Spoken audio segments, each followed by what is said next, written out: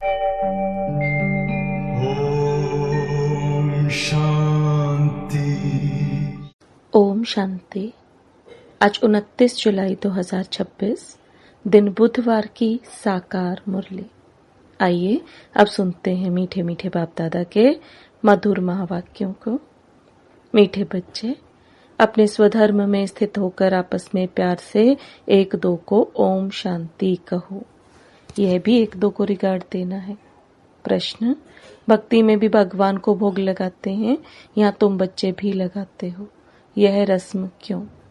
उत्तर, क्योंकि यह भी उनका रिकॉर्ड रखना है। पर तुम जानते हो शिव बाबा निराकार है, अभोक्ता है, खाते नहीं लेकिन वासना तो पहुंचती है।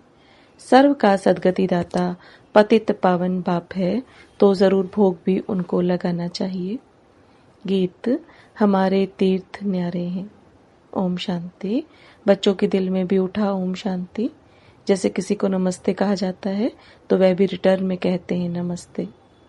यहाँ बाप ने कहा ओम शांति, तो सब बच्चे इनकी आत्मा सहित सबके दिल से आएगा ओम शांति।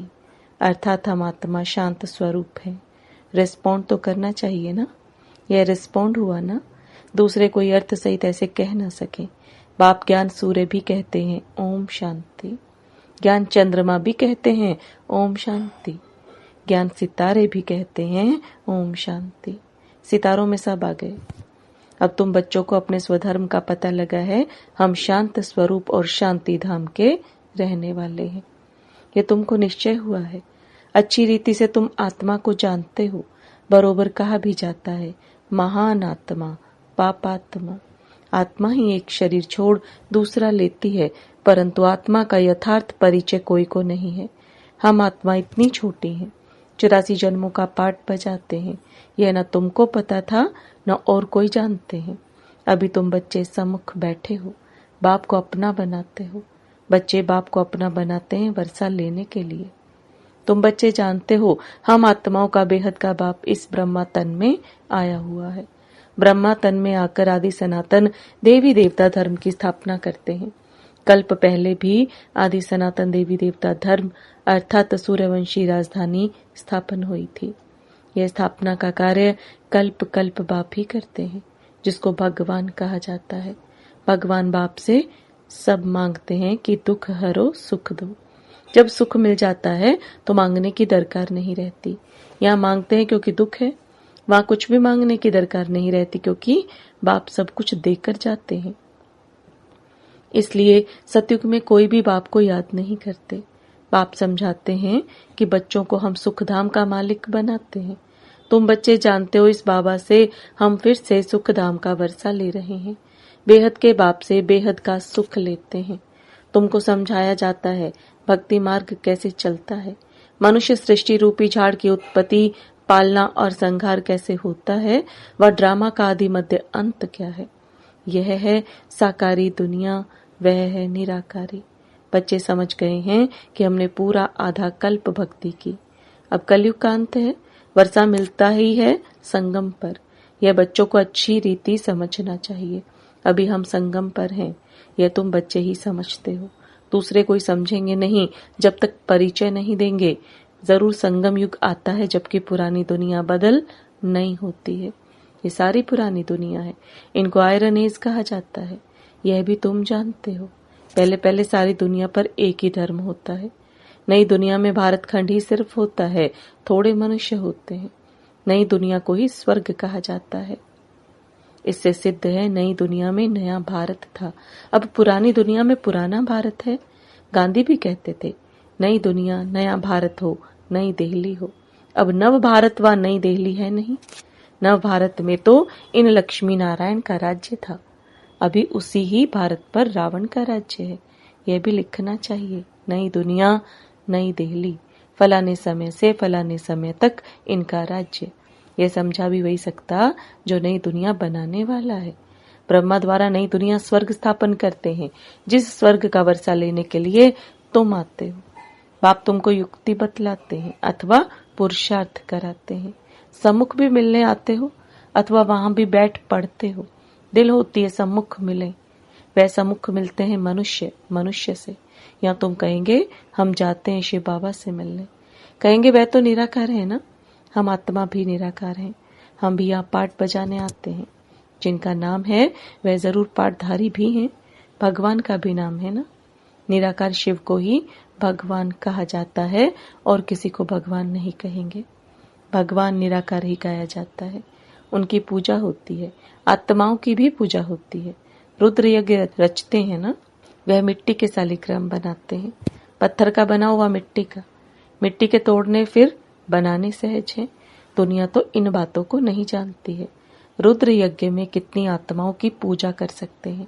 बच्चे तो ढेर हैं। भगत सब भगवान के बच्चे हैं। बाप को याद करते हैं। बाबा ने समझाया है। शिव बाबा आते ही भारत में है। तुम थोड़े बच्चे जो उनके मददगार खुदाई खिदमतगार बनते हो, उनकी ही पूजा भक्त लोग शालिग्राम बनाकर करते हैं। यज्ञ जो रचते हैं उनमें छोटा यज्ञ भी होता है, बड़ा भी होता है। बड़े साहूकार लोग बड़ा यज्ञ रचते हैं, लाख लाख बनाते हैं। छोटा यज्ञ होगा तो 5-10 हजार बनाएंगे। जैसा जैसा सेठ वैसा यज्ञ, और फिर उतने शालिग्राम बनाते हैं।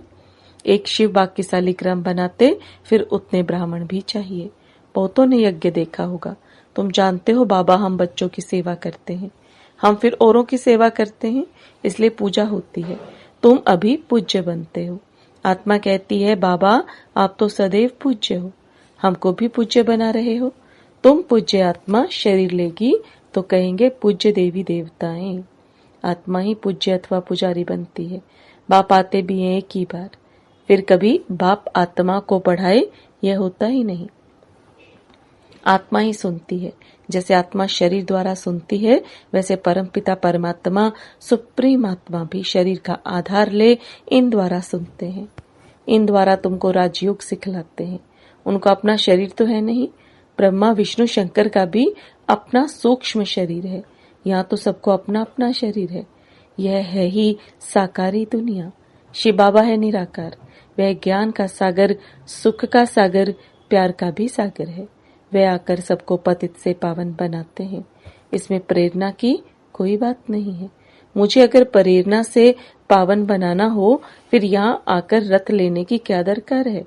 शिव के मंदिर में आगे बैल रखते हैं। मनुष्यों की बुद्धि बिल्कुल ही पत्थर बुद्धि होने के कारण कुछ भी समझते नहीं। बैल शिव के आगे क्यों रखा है। गौशाला नाम सुना है तो बैल रख दिया है। अब बैल पर किसने सवारी की। श्री कृष्ण की आत्मा तो सतयुग में होती है। उनको क्या पड़ी है जो जानवर में आकर बैठेंगे। कुछ भी समझते नहीं। द्रौपदी भी एक थोड़े ही थी, ढेर हैं जो पुकारती हैं। उन्होंने तो एक नाटक बना दिया है कि श्री कृष्ण साड़ियां देते जाते हैं, अर्थ कुछ नहीं समझते। अभी तुम बच्चे समझते हो तुमको 21 जन्म के लिए नंगन नहीं होना है। कहाँ की बात कहाँ ले गए हैं। भक्ति मार्ग की अथाह कहानियां हैं। कहते हैं ये कथाएं आदि सब अनादि हैं, पुनर्जन्म लेते सुनते आए हैं। अनादि भी कब से शुरू हुई कुछ पता नहीं। यह भी पता नहीं कि रावण राज्य कब से शुरू होता है। उनका कोई वर्णन नहीं है। तुम कितनी सेवा करते हो। वह सूर्य चांद सितारे आदि तो हैं ही हैं। सतयुग में भी हैं तो अभी भी हैं। उनका बदल सदल नहीं होता।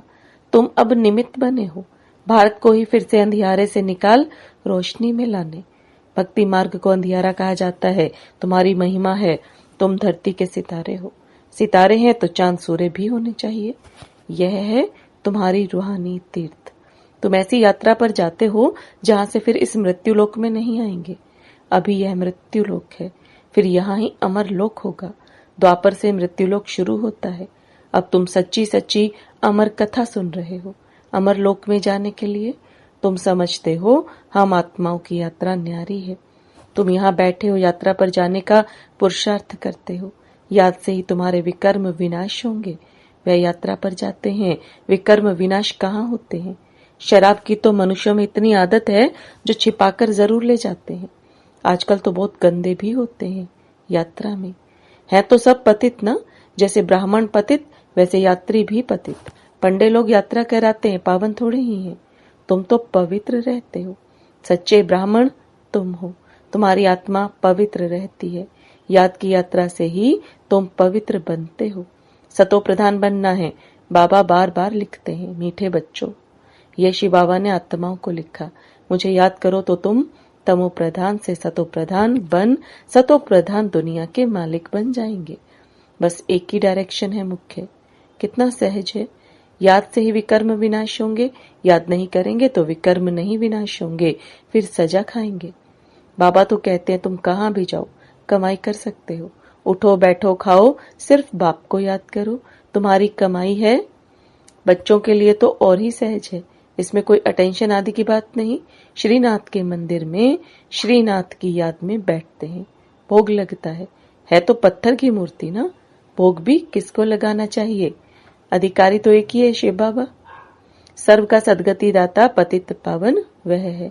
बाप कहते हैं मैं स्वीकार ही नहीं करता हूँ। तुम मेरे ऊपर दूध भी पानी वाला चढ़ाते हो, यह भोग लगाते हो, क्यों? मैं तो निराकार अभोक्ता हूँ, मेरी क्या पूजा करते हो? मेरे आगे भोग रखेंगे, लेकिन भक्तों ने भोग लगाया, उन्होंने ही बांट कर खाया।